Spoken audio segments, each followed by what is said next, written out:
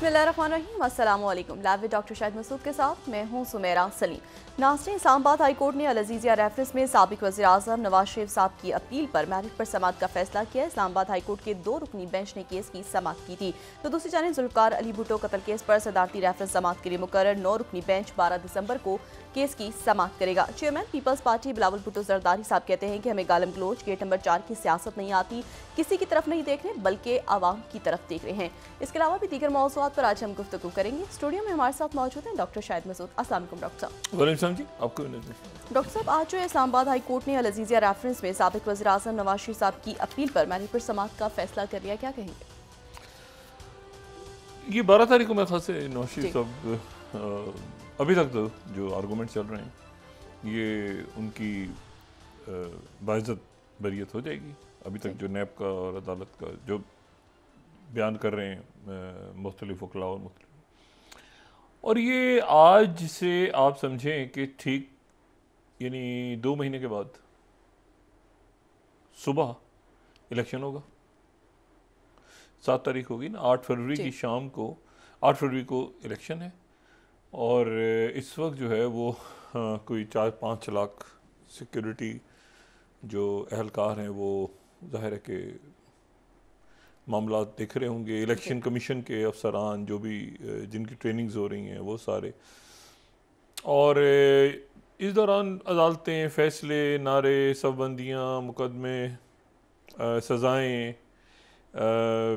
नाअहलियतें, किसका क्या निशान होगा, कौन सी पार्टी किसके साथ खड़ी होगी, क्या होगा, ये अभी इन 2 महीनों में बहुत कुछ होना है, बहुत कुछ। और ज़ाहिर है कि इलेक्शंस में कोई अब शक्ल निकलेगी तो फिर उसके बाद हम इस पर बात करते रहेंगे। लेकिन ये कि डेमोक्रेसीज और इलेक्शंस और ये कंपेनिंग्स, दे आर ऑलवेज नॉइजी, ठीक है। तो ये बड़े यानी बड़ा इसमें शोर शराबा इस होते हैं आगे चंद दिनों तक।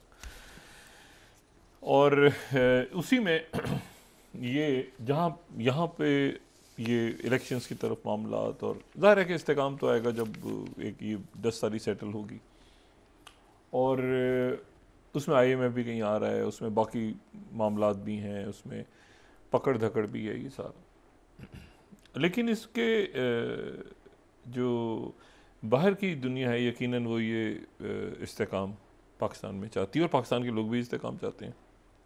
और वो इस्तेकाम कैसे आता है, कैसे नहीं आता, क्या मामलात होते हैं, किस तरफ जाते हैं, तो ये अभी रोज़ की बुनियादों पे ख़बरें इस तरह की आती रहेंगी, हम बात करते रहेंगे। लेकिन ख़ित्ते में जो कुछ हो रहा है वो इस जो मैंने कल भी बात की थी, और मैं बार बार इस बात को दोहरा रहा हूँ कि कुछ ऐसे वाक़यात हैं जो सदियों में नहीं होते, सदियों में, दिहाइयों में, लेकिन वो तेज़ी के साथ हो रहे हैं। देखिए, ये जो सल्तनत उस्मानिया जी, या आप यूँ समझ लें कि रोमन एम्पायर, कहते हैं ना कि फॉल ऑफ रोमन एम्पायर, जब रोमन एम्पायर ख़त्म हुई, टूटी, तो उसका जो मशरिकी हिस्सा था, ठीक है, वो ईस्टर्न रोमन एम्पायर जिसको कहते हैं, जिसको हम बाज़ंतीनी सल्तनत भी कहते हैं, वो बाज़ंतीनी सल्तनत जहाँ पे उनके जो बादशाह कॉन्स्टेंटाइन थे, उन्होंने फिर उस बाज़ंतीनी सल्तनत का जो दारुल हुकूमत था, ये रोमन एम्पायर टूटी, एक वेस्टर्न उधर चले गए जो कि वेटिकन की साइड पे, और एक ईस्टर्न ऑर्थोडॉक्स। तो इनका जो दारुल हुकूमत था वो कॉन्स्टेंटाइन बादशाह के नाम पे, क्योंकि वो क्रिश्चियन, उन्होंने क्रिश्चियनिटी इख्तियार की, तो उनके नाम पे फिर जो दारुल हुकूमत था उसका नाम रखा गया कॉन्स्टेंटिनोपल, जिसको कुस्तुनतुनिया कहते हैं। और कुस्तुनतुनिया जो है ये बाज़ंतीनी सल्तनत का दारुल हुकूमत था, यानी ईस्टर्न ऑर्थोडॉक्स रोमन एम्पायर। इनकी लड़ाई जो है, ईस्टर्न रोमन एम्पायर का फॉल कैसे हुआ? ईस्टर्न रोमन एम्पायर का फॉल ऐसे हुआ कि इनकी जंग शुरू हुई सल्तनत उस्मानिया से। एक तो फॉल ऑफ रोमन एम्पायर है और एक फॉल ऑफ बेजेंटीनियन एम्पायर है। तो इनकी लड़ाइयाँ शुरू हुई और 200-300 साल तक इनकी लड़ाइयाँ चलती रहीं, और वो जो है वो उसके बाद बहुत यानी सख्त लड़ाइयाँ हुई। और अच्छा, इसमें यहाँ पे ग्रीक्स बहुत थे, बाज़ंतीनी एम्पायर में यूनान के लोग बहुत थे, सही। और उधर से तुर्क थे। खूब लड़ाई हुई और उसके बाद कुस्तुनतुनिया पे फॉल ऑफ कॉन्स्टेंटिनोपल, सल्तनत उस्मानिया के पास। और फिर उसके बाद जो है वो कई सौ साल तक फिर सल्तनत उस्मानिया का हिस्सा रहा। ये पूरा इलाका जो है बहुत फैली हुई थी सल्तनत उस्मानिया। यूनान ने 1830 में सल्तनत उस्मानिया के ख़िलाफ़ वहाँ पे बगावत हो गई, उन्होंने अलग होने का ऐलान कर दिया। उसके बाद जनाब सल्तनत उस्मानिया की खूब लड़ाइयाँ हुई यूनान के साथ, ये बैल्कन्स के इलाकों में, और ये यहाँ पे सल्तनत उस्मानिया भी ज़वाल पजीर थी, लेकिन उस वक्त इतनी ज़्यादा नहीं थी। वो आहिस्ता आहिस्ता फिर वो मुख्तलिफ उसकी लड़ाइयाँ कहीं रशियंस के साथ हो रही है, कहीं किसी के साथ, तो सल्तनत उस्मानिया। और फिर अल्टीमेटली सल्तनत उस्मानिया पहली, अच्छा बाल्कन की वॉर्स हो रही हैं, तो सल्तनत उस्मानिया अल्टीमेटली जो है वो पहली जंग अजीम के बाद टूट गई। अच्छा, जब टूट गई तो जो यूनान था वो इत्तेहादी वफात के साथ था, तो यूनान को बहुत फ़ायदा हुआ। यूनान जो है वो 3 गुना उसका साइज़ बढ़ गया, उसका जो रकबा है वो 3 गुना ज़्यादा बढ़ गया। कई जज़ायर उसको दे दिए गए, और जो वो जो अज़मीर के इलाके हैं और जो यूरोपियन साइड ऑफ टर्की है, ये सारा यूनान के पास आ गया।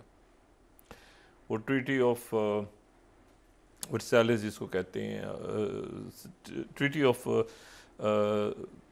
सेवरस जिसको कहते हैं, और उसमें जो है वो, लेकिन फिर उसको कमाल अतातुर्क ने मानने से इनकार कर दिया और अपनी फ़ौजें जो हैं वो उन इलाकों में उतार दी जहाँ पे जो इलाके जो हैं जहाँ पे जो यूनान को दे दिए गए थे। फिर खूब लड़ाई हुई यूनान की और तुर्कों की, और कमाल अतातुर्क ने यूनान को वहाँ से निकाल दिया, और अल्टीमेटली फिर मुज़ाकरात हुए, ये हुआ, आपस में लड़ाइयाँ होती रहीं। एक बहुत अहम समंदर है एजियन सी। एजियन सी जो है वो दरमियान में आता है, मेडिटेरियन के साथ मिलता है, और एजियन सी के कई जज़ायर, उन पे लड़ाई होती रही। सल्तनत उस्मानी ये वो जज़ायर हैं जहाँ पे यूरोप की सारी यानी जज़ायर और ये समंदर जहाँ पे वो जंगें, तारीख़ी जंगें जो लड़ी गई हैं पुराने यूरोप की, या यहाँ से तिजारतें हुई हैं, कंपनीज़ बनी हैं मुख्तलिफ, तो ये समंदर बड़े इंपॉर्टेंट हैं, उनकी तारीख़ का बड़ा अहम हिस्सा है। हम लोग शायद इसको यहाँ ज़ाहिर है कि बड़े सग़ीर में हमने शायद नाम भी नहीं सुने, लेकिन अगर आप वहाँ जाएँ तो वहाँ पर इनकी बहुत अहमियत है। इस जगह से नेपोलियन गुजरा था तो यहाँ पे ये हुआ था, तो यहाँ पे ये हुआ था। अब जनाब ये हुआ कि एजियन सी जो है वो एजियन सी की के ऊपर मतलब इस तरह से हुआ कि दोनों मुल्क फिर दूसरी जंग अजीम के बाद यूनान भी और तुर्की भी, ये दोनों बन गए नेटो का हिस्सा। 1952 में जब नेटो बना तो नेटो का हिस्सा बन गए, लेकिन इनके दरमियान कशीदगी रही और तलखी रही, और एजियन सी के अंदर चूंकि बहुत ज़्यादा बड़े ज़खायर हैं गैस के और ऑयल के, तो उसके ऊपर एजियन सी के ऊपर इनकी तलखी रही हमेशा, और इतनी तलखी ज़्यादा रही कि इनके दरमियान जंग तक हो गई। मतलब एक मरहला ऐसा आया, क्योंकि एक बहुत बड़ा जजीरा है वहाँ, जिस जजीरे को कब्रस कहते हैं, साइप्रस, तो साइप्रस में फ़ौज उतार दी तुर्की ने, क्योंकि यूनान जो है वो साइप्रस को अपना हिस्सा बनाने जा रहा था। इन्होंने कहा ये तो मुतनाज़ जजीरा है, इसको तो सवाल ही पैदा नहीं होता यूनान का हिस्सा बने, तो सब फौज उतार गए। नतीजा क्या निकला कि साइप्रस जो है वो 2 हिस्सों में तकसीम हो गया। जैसे आप देखें ना, जैसे कोरिया है, तो कोरिया जो है वो 2 हिस्सों में तकसीम है, इसी तरह से कब्रस भी 2 हिस्सों में तकसीम है। उसका जो शुमाल है, उसका जो नॉर्दर्न इलाका है वो तुर्की के पास है, उसको तुर्की ही तस्लीम करता है, और बीच में मिलिटराइज जोन है जहाँ पे अक़वाम मुत्तहिदा की, बिल्कुल आपको ऐसा लगेगा जैसे कोरिया की तरह का एक लाइन खींची हुई है बीच में, जी। और कब्रस जो है, इवन जो निकोसिया उनका दारुल हुकूमत है वो भी 2 हिस्सों में तकसीम है, और बीच में दरमियान में एक जो है नक्शे पे देखे तो एक तरह से ऊपर जो है नॉर्थ का इलाका और नीचे रिपब्लिक ऑफ साइप्रस है, जिसको जो कि दुनिया जो तस्लीम करती है, लेकिन तुर्की की फौज ऊपर बैठी है। इतनी शदीद लड़ाई, और कई दफ़ा तो ऐसा वो फौजें तैयार हो गई कि जी अब जहाज़ गिराते हैं, अब जहाज़ डिबोते हैं, मतलब फुल जंग की तैयारी ना। यूनान, कभी यूरोपीय यूनियन आ रहा है बीच में, कभी दूसरे मुल्क आ रहे हैं बीच में इनकी सुलह से, लेकिन तलखी, तारीखी तलखी है ना, वो सल्तनत उस्मानी और बाज़ंतीनी एम्पायर के दौर से चले जाएं।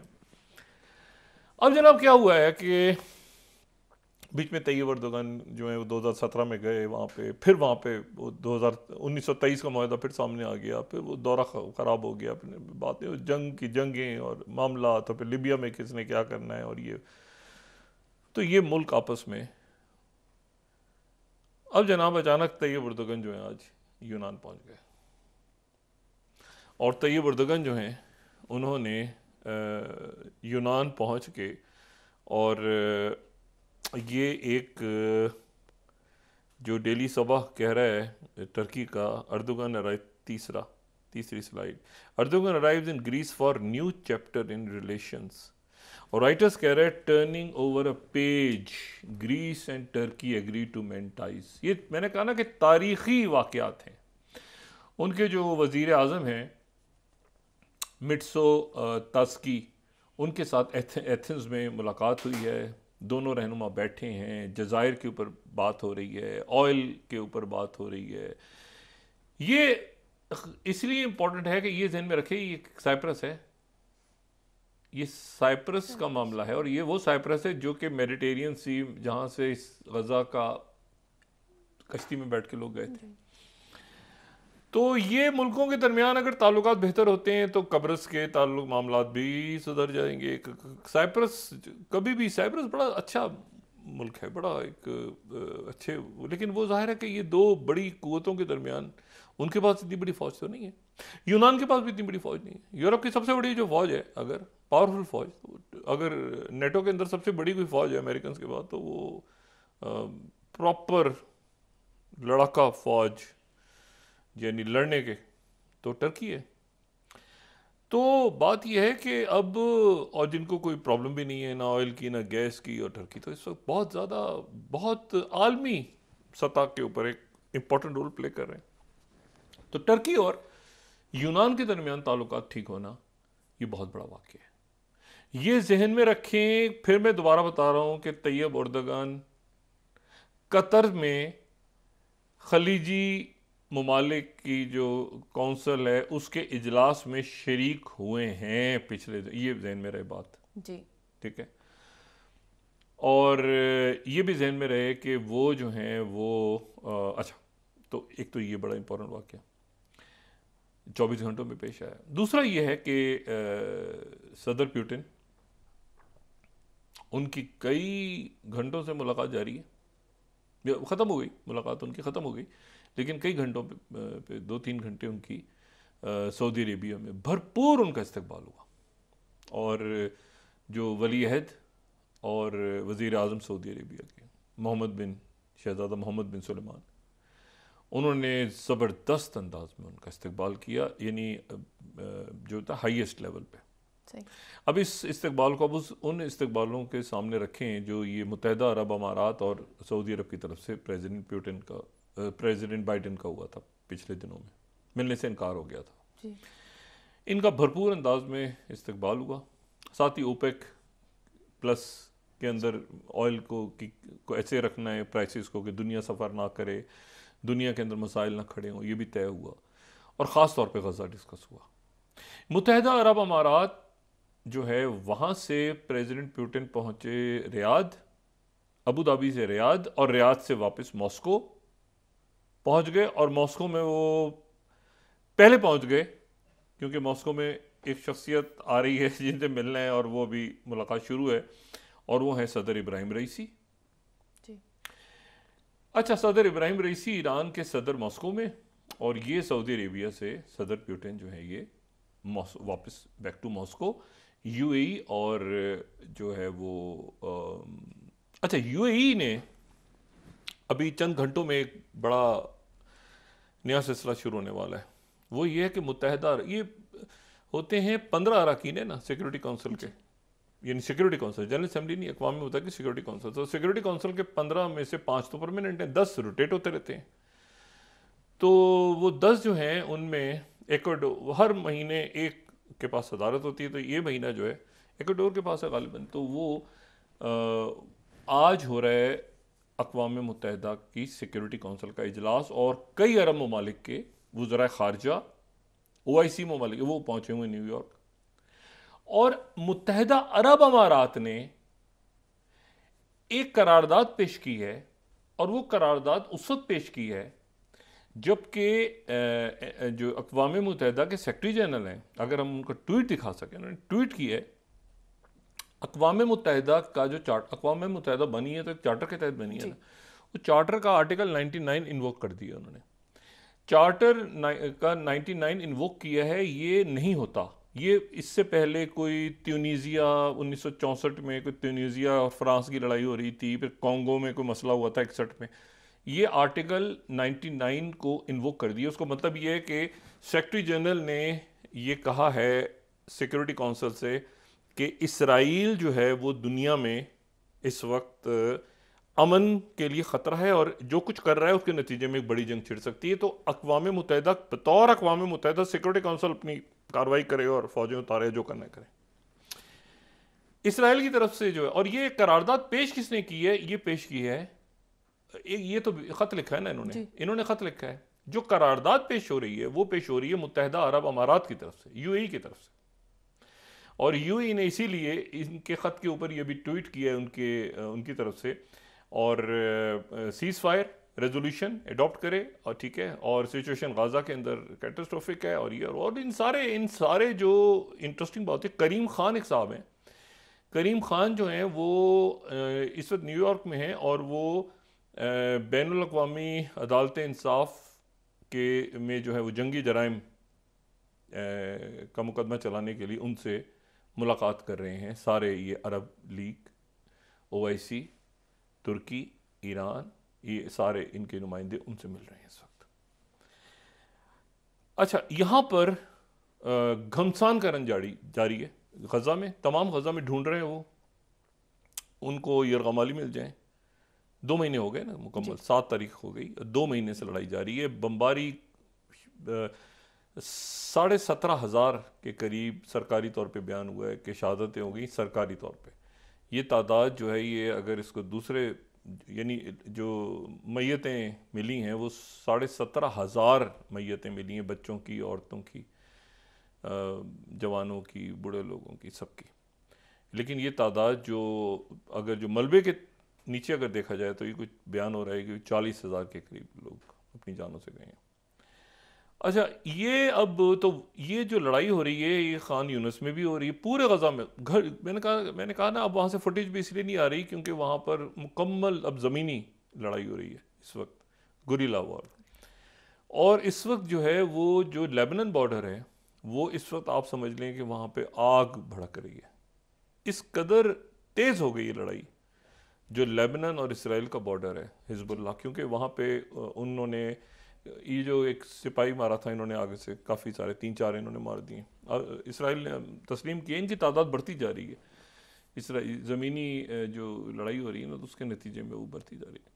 हूतियों ने वो जो जहाज़ अपने पास रखा हुआ था, एक जहाज़ उनके पास था ना, कुछ जहाज़ों पे तो अटैक हुए थे, एक जहाज़ पे कब्जा कर लिया। उस जहाज़ को उन्होंने टिकट लगा के नुमाइश के लिए खड़ा कर दिया बंदरगाह पे। वो यमन के लोग जा रहे हैं टिकट ख़रीद के, और जनाब उस जा रहे हैं जहाज़ में और घूम रहे हैं और सैर कर रहे हैं। और जहाज़ का जो अमला था उनको वो उन्होंने किसी होटल में या किसी जगह पे ठहराया हुआ है, खाना वाना खिला रहे हैं, और उसको नुमाइश पे टिकट लगा दिए। आओ 10 रुपये सैर करो। वो जाते हैं वहाँ पे, जाके इसराइल का झंडा वंडा जूते वूते मारते हैं, नेतन्याहू की तस्वीर को, फिर बच्चे वापस आ जाते हैं लोग। और टिकट एक जहाज़ है, वो टिकट उसका, हम तस्वीरें हैं वो कल दिखाएंगे हम, वो जहाज़ खड़ा हुआ है और बच्चे जा रहे हैं, लोग जा रहे हैं, और वहाँ बैठ के खाना वाना खाते हैं। वो तो ऊपर कैंटीनें खुल गई हैं। वो जहाज़ जो था वो हूतियों के हत्थे लग गई है। अजीब तमाशा है। इस जहाज को छुड़ाने के लिए अमेरिकन वो टास्क फोर्स बना रहे हैं, वो कैसे छुड़ाएं, क्या करें। सऊदी अरब ने कहा आगे मत आना इस वक्त, बिल्कुल हटो बचो हटो बचो, अच्छा हटो बचो, अब तो पुतिन आगे चले गए तो और हटो बचो और हटो बचो, बिल्कुल पीछे रहो, अजीब रौला पड़ा हुआ है।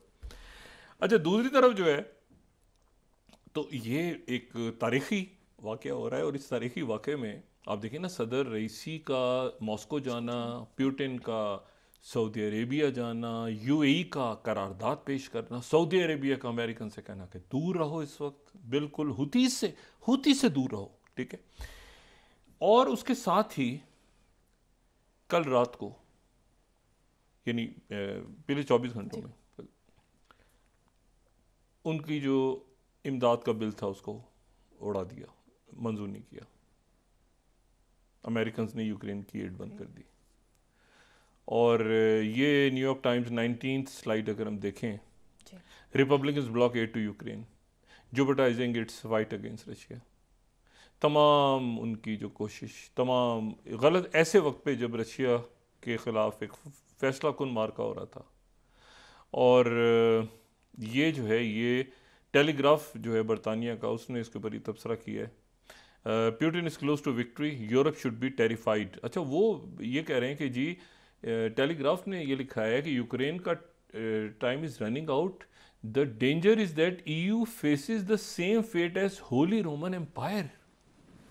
ये मतलब बड़ी एक, मैंने आपसे नहीं, यूरोप ठीक अपने आप को करेगा, यूरोप रिकवर कर जाएगा, लेकिन यूरोप एक गलत प्रेसिडेंट, और डेविड कैमरॉन जो हैं बरतानिया के सेक्रेटरी खारजा, जो कि साबिक वज़ीर आज़म भी हैं, वो इस वक्त अमेरिका में, और वो बात कर रहे हैं उनसे कि ये आपकी वजह से ये क्या हुआ है। क्योंकि बरतानिया एक अजीब सी पोजीशन में खड़ा है ना, कि ब्रेग्जिट से भी निकल गए, उधर अमेरिका की एड भी देते रहे, क्राइसिस भी बहुत है, महंगाई बहुत है यूरोप के अंदर, बहुत ज़्यादा। ब्रेग्जिट के निकलने के बाद यूरोप तो सर्वाइव कर रहा है, वो बरतानिया के अंदर क्राइसिस बढ़ रहा है। उनके मिनिस्टर रिजाइन कर गए हैं कि इमिग्रेशन बिल जो आप लेकर आए हैं वो बहुत सख्त नहीं है, इससे ज़्यादा सख्त होना चाहिए था, वगैरह वगैरह इशूज़ चल रहे हैं। लेकिन मैं जो बात कह रहा हूँ, मैं सिर्फ कह रहा हूँ कि इसमें जो अक़वाम मुत्तहिदा का जो की जो हम यानी इस करारदाद की हमायत में EU के फॉरेन पॉलिसी के जो हेड हैं वो भी खड़े हो गए, और उन्होंने भी EU की तरफ से कहा है कि जी हम भी इस फौरी तौर पे, यानी हम भी इनके साथ। अच्छा इन्होंने इसराइल का ये किया है कि ये दुनिया के लिए, ये आदमी जो है उन्होंने बड़ी सख्त अल्फाज में तनकीद की है अक़वाम मुत्तहिदा के सेक्रेटरी जनरल पे इस आर्टिकल के इन्वोक होने की वजह से। और उनका ये कहना है कि जी ये जो है ना, ये बंदा जो है ये सही नहीं है। इसराइल का कहना है कि ये, क्योंकि ये आर्टिकल का इन्वोक होना जो है ना, ये अपनी जगह एक बहुत खौफनाक बात है, और इसको जो है ये मेरा ख्याल है कि ये इसको काफ़ी इसराइल के लिए मसला है कि अब ये अक़वाम मुत्तहिदा, अमेरिका के लिए मसला है कि वीटो करते हैं इस करारदाद को या नहीं करते। और साथ ही आज रात को एक बहुत बड़ा इज्तिमा जो है इंतहा पसंदों का, वो मस्जिद अक्सा की तरफ जा रहा है, और उसको पुलिस ने इजाज़त दी है। इनको नहीं जाना चाहिए, इनको रोकना चाहिए था।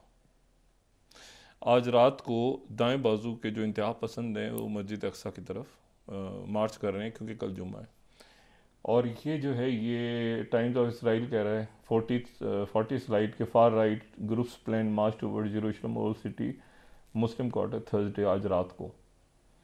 और ये इसको मार्च ऑफ मैकाबीज़ का नाम दिया है, यरूशलेम पोस्ट को अगर देखें।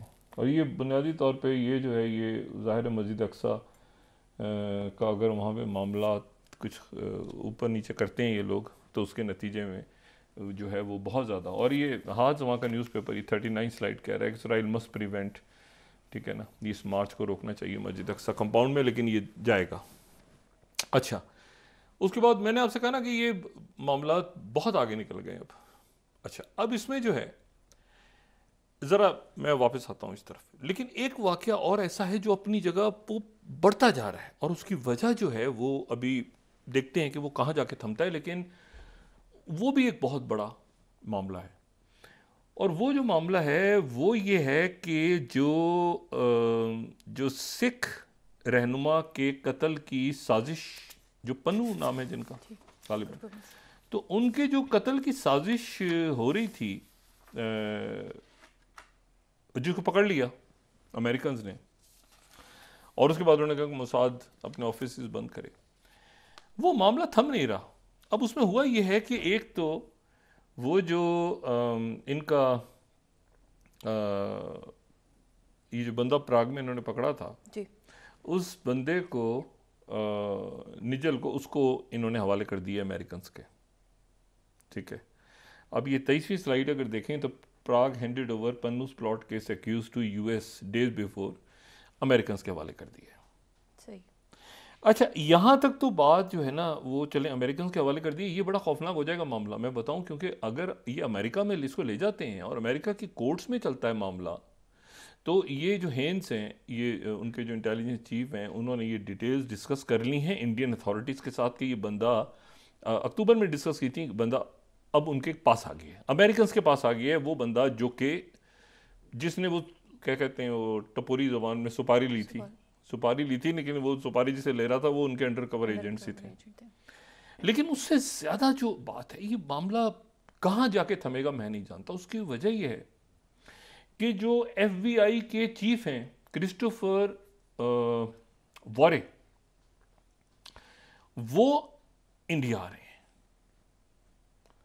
अच्छा, क्रिस्टोफर वॉरे जो हैं उनका इंडिया आना जो है वो, ये क्रिस्टोफर वॉरे का इंडिया आना FBI के चीफ का, और ये इंडिया आने के बाद इनकी मुलाकात होगी वहाँ पे अजीत देवल से और जयशंकर से, जो वज़ीर ख़ारजा हैं उन्होंने आज रिएक्ट किया है।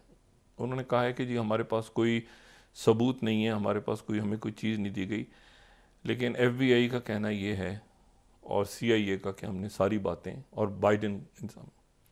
अभी NDTV इस खबर को इस तरह से दे रहा है कि FBI chief to visit India, ये मामला आगे जा रहा है। ठीक है, probe into plot to kill Khalistani terrorist.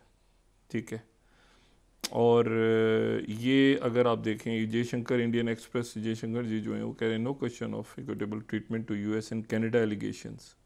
India Today कह रहा है FBI chief to visit India next week. 32nd slide. अब ये मैं सिर्फ ये इसको इस तरह से देख रहा हूँ कि ये वो तो वापस अभी तो छोड़ देना, वो जो बंदा है जी, उसको हवाले कर दिया अमेरिकन के, वो उसको वहाँ से प्राग से उसको पकड़ के वहाँ उनके हवाले कर दिए। अमेरिकन उसको वहाँ लेके जा रहे हैं, वो टेस्टिफाई करेगा और वो बताएगा मुझे कुछ ऑफिसर ने दिया, वो जो CC1 और वो सारा किस्सा वो जो पता है, वो प्रूफ्स लेके ये FBI वाले, अब जो FBI के चीफ आ रहे हैं तो ये किसको लेने आ रहे हैं जी?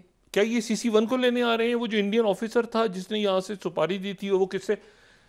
देखें, ये मामलात मुझे नहीं पता कि कहाँ पे ये किस तरफ ये सूरत हाल जा रही है, लेकिन ये है कि वो बंदे को वहाँ लेके सबूतों के साथ अगर FBI के चीफ आ रहे हैं इंडिया जी, तो क्या वो इंडिया से वो बंदा लेने आ रहे हैं वापस, या कि हमारे हवाले करो जिसके हमारे पास सबूत हैं और जो तुम्हारा सरकारी ऑफिसर था और वो आगे किससे बात।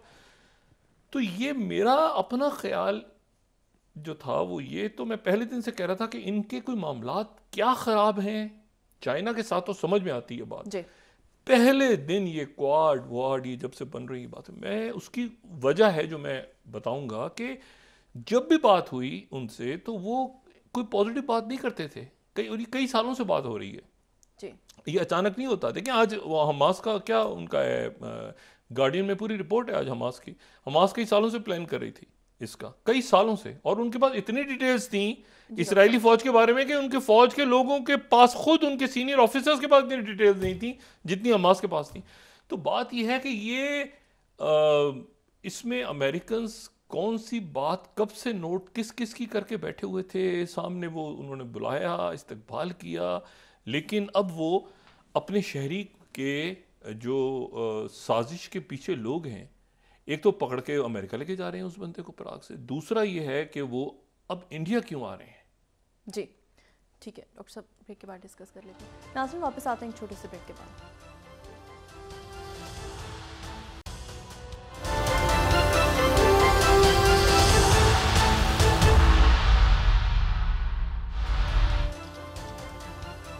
वेलकम बैक नाज़रीन। डॉक्टर साहब, आज राना सनाउल्लाह साहब ने कहा है कि इलेक्शन के लिए मुकम्मल तैयार हैं और जो बात है वो सादा अक्सरियत से कहीं आगे निकल चुकी है। देखिए ये तो कल असल में हनीफ अब्बासी साहब ने बात की थी। उन्होंने कहा था कि अगर सादा अक्सरियत ना हुई तो शायद हम हुकूमत ना लें। तो राना सनाउल्लाह साहब जो हैं वो कह रहे हैं कि सादा अक्सरियत से ज़्यादा आगे है, और ये बात मुस्लिम लीग नून के कुछ लोग जो हैं वो कह रहे हैं कि शायद हमारे पास वोटर ही नहीं होगा, कैंडिडेट ज़्यादा हैं, वोटर कम है। और कुछ जो है वो कह रहे हैं कि 2/3 अक्सरियत जी।